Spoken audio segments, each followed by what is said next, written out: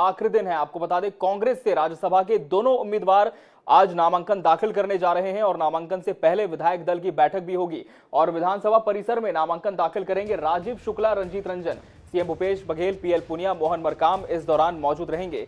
विधानसभा परिसर में दाखिल करेंगे नामांकन रंजीत रंजन और राजीव शुक्ला, जो कि कांग्रेस के कैंडिडेट है राज्यसभा चुनाव के लिए। 10 जून को राज्यसभा चुनाव देश में होने जा रहे हैं और आपको बता दें कि इसके पहले कल ही कांग्रेस के जो दोनों प्रत्याशी हैं वो राजधानी रायपुर पहुंचे थे और आज जब नामांकन दाखिल करने की आखिरी तारीख है, 31 मई है, तो आज दोनों ही प्रत्याशी नामांकन दाखिल करेंगे। और इस दौरान मुख्यमंत्री भूपेश बघेल, छत्तीसगढ़ के कांग्रेस प्रभारी पीएल पुनिया और पीसीसी अध्यक्ष मोहन मरकाम भी मौजूद रहेंगे। विधानसभा परिसर में नामांकन दाखिल करेंगे राजीव शुक्ला और रंजीत रंजन। मुख्यमंत्री भूपेश बघेल भी इस दौरान मौजूद रहेंगे प्रत्याशियों के। वहीं पीएल पुनिया, मोहन मरकाम की मौजूदगी भी प्रत्याशियों के साथ होगी जब नामांकन दाखिल किया जाएगा। छत्तीसगढ़ की अगर हम बात करें तो 2 सीटों के लिए चुनाव होने जा रहे हैं। 2 सीटें जिस तरह से खाली हो रही हैं राज्यसभा की, और इसके लिए नामांकन दाखिल करेंगे। और नामांकन दाखिल करने से पहले क्या कुछ कहना था कांग्रेस के छत्तीसगढ़ प्रभारी पीएल पुनिया का, साथ ही कैंडिडेट रंजीत रंजन का, ये जानते हैं हमारे सहयोगी स्वप्निल गौरखेड़े ने उन दोनों से खास बातचीत की। छत्तीसगढ़ से राज्यसभा की उम्मीदवार रंजीत रंजन जी, उनसे बात करेंगे। मैम, छत्तीसगढ़ से राज्यसभा सांसद के रूप में काम करने का अवसर आपको मिला है, क्या कहेंगी, क्या प्राथमिकताएं आपकी रहेंगी? देखिए, ये सबसे पहले मैं अपनी अध्यक्षा मैडम सोनिया जी का धन्यवाद करती हूँ, राहुल जी का धन्यवाद करती हूँ, पूरी पार्टी का धन्यवाद करती हूँ और छत्तीसगढ़ का धन्यवाद करती हूँ, यहाँ के मुख्यमंत्री साहब का, यहाँ के तमाम विधायकों का, पूरी स्टेट का। और एक रिस्पॉन्सिबिलिटी दी गई है जो मुझे अच्छी तरह से एहसास है और जो विश्वास मेरी पार्टी ने दिखाया है। और मुझे लगता है कि जो सिचुएशन है पार्टी की, हमें बहुत स्टेट में अपनी पार्टी को मजबूत करना है, तो एक जिम्मेदारी दी गई है, तो पूरी रिस्पॉन्सिबिलिटी से उसको निभाऊंगी। दोनों सीटों में बाहरी को मौका दिया गया है, ऐसे में छत्तीसगढ़ भाजपा लगातार इसका विरोध कर रही है। उनका कहना है कि छत्तीसगढ़ के साथ छल किया गया है। देखिए, पहले उनको बोलिए अपना डाटा निकालें और आपने कहाँ से किनको राज्यसभा से नॉमिनेट किया है, और वो अगर आप लिस्ट बोलेंगे तो वो खुद जान रहे हैं, उनको बोलिए अपने घर में जाके। और दूसरी जहाँ तक बात है, राज्यसभा और लोकसभा सेंट्रल में आप सबसे बड़ी पंचायत में जाते हैं और पूरे देश की बातें करते हैं। वहाँ पर आप बहुत सारे इश्यूज को लेके जाते हैं, बहुत सारे बिल अमेंडमेंट करते हैं, आप कानून बनाते हैं और वो किसी एक स्टेट का नहीं होता है। जहाँ तक छत्तीसगढ़ से बाहरी या जो भी वो कह रहे हैं, मैं कहूँगी कि सबसे पहले तो मेरा तो बर्थ है वो रीवा का है, मध्य प्रदेश का है। तो जनरली जब मेरा जन्म हुआ था तो छत्तीसगढ़ और मध्य प्रदेश एक ही थे। दूसरी बात, चलिए ये तो वो बात है, लेकिन मैं मेन बात ये कहूँगी कि जो घर आबाद होता है, भरा होता है, तो माँ का फर्ज होता है कि जिस घर को अभी रोशन करना है तो थोड़ा प्रसाद वहाँ भी दिया जाए। तो मुझे लगता है इसी सोच से मैडम ने हम लोगों को मजबूती दी है, जिम्मेदारी दी है।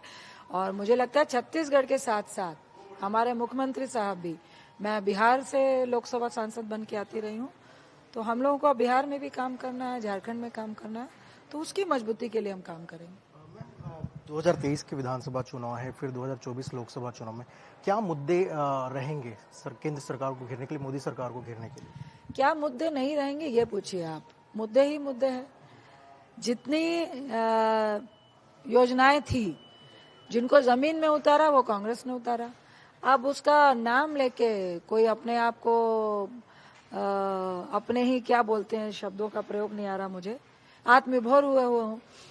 लेकिन मुद्दे, सबसे मेजर मुद्दा है बेरोजगारी है, रोजगार है, महंगाई है, लोगों के बीच में नफरत है, महिला सशक्तिकरण की बात है, उनको मजबूती देने की बात है, उनके शोषण की बात है, युवाओं की बात है, एजुकेशन की बात है। मुझे लगता है कौन सा मुद्दा नहीं है। हमारे जितने मजबूत स्तंभ हैं, आज जिस तरह से गवर्नमेंट का कोकस बना के रख दिया गया है, हर एजेंसी को आप यूज कर रहे हैं, ये सारे मुद्दे ही मुद्दे हैं और लोग इस चीज को समझ रहे हैं। डिमोनेटाइजेशन हुआ, जिस तरह से आपने जीएसटी लगाई, जिस तरह से फार्मर्स बैठे रहे, 155 फार्मर्स की जान चली गई, तो ये सारे ही मुद्दे हैं। आज जिस तरह से पंजाब में घटना घटी है, तो कहीं ना कहीं पूरा जो माहौल जिस तरह का आज है वो तो सारा किया करा है बीजेपी का। तो ये सारे मुद्दे हैं जो हम लोग 23 और 24 में लेके जाने वाले। एक अंतिम सवाल है, चूंकि अब यहाँ से राज्यसभा सांसद आप बन गई हैं, यहाँ आना जाना लगा रहेगा, कार्यालय के बारे में आपने कुछ विचार किया है क्या? यहाँ कहाँ कार्यालय आप रायपुर? देखिए, ये हमारे मुख्यमंत्री साहब बताएंगे, हमारे इंचार्ज पुनिया जी बताएंगे। फिलहाल तो मुझे मैडम ने यहाँ पे नॉमिनेट किया है, आज मेरा नॉमिनेशन है और मैं आज छत्तीसगढ़ के तमाम विधानसभा के विधायकों की, मुख्यमंत्री साहब की और मैडम का आशीर्वाद लेके नॉमिनेशन करूंगी और बाद की बाद में देखेंगे। हमारे साथ छत्तीसगढ़ से राज्यसभा सांसद की उम्मीदवार रंजीत रंजन, जिन्होंने कहा कि छत्तीसगढ़ के मुद्दे को उठाएंगी, साथ ही पूरे देश के मुद्दे को, जिस तरीके से केंद्र की मोदी सरकार ने महंगाई, बेरोजगारी ये सब बढ़ी है, इस मुद्दे को जो है आने वाले विधानसभा और लोकसभा चुनाव में इस मुद्दे को उठाया जाएगा। कैमरामैन भूपेंद्र के साथ स्वप्निल गोरखड़े, INH न्यूज रायपुर।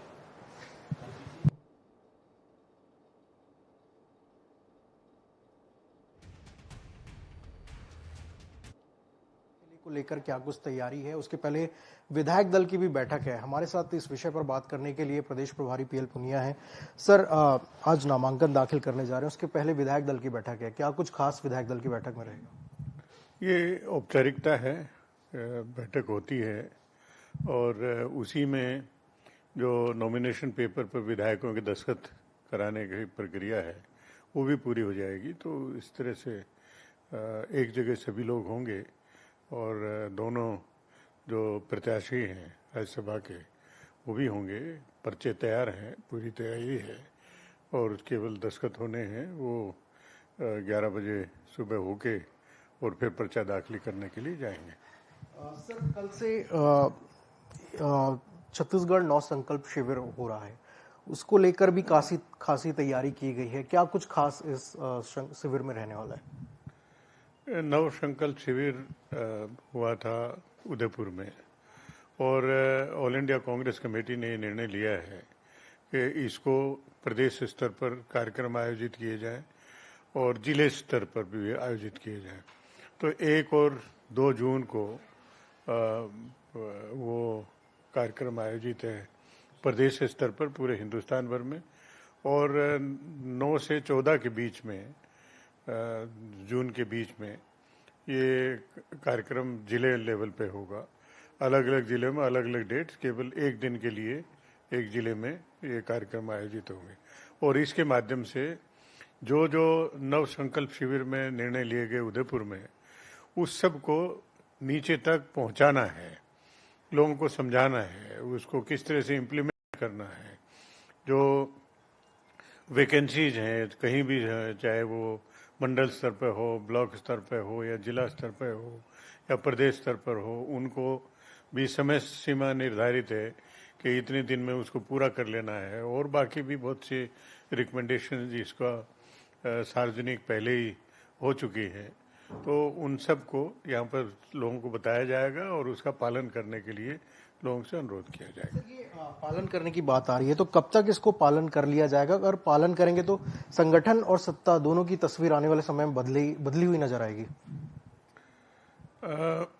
पालन किया जाएगा, उसीलिए बैठक है, उसीलिए उस पर चर्चा है। एक दिन नहीं, 2 दिन की चर्चा है, तो 2 दिन में ये सब पूरा निर्धारित किया जाएगा और माननीय मुख्यमंत्री जी भी उसमें रहेंगे, सभी मिनिस्टर्स उसमें रहेंगे, सभी MLAs हैं, MPs हैं, सब लोग वहाँ पर मौजूद हैं।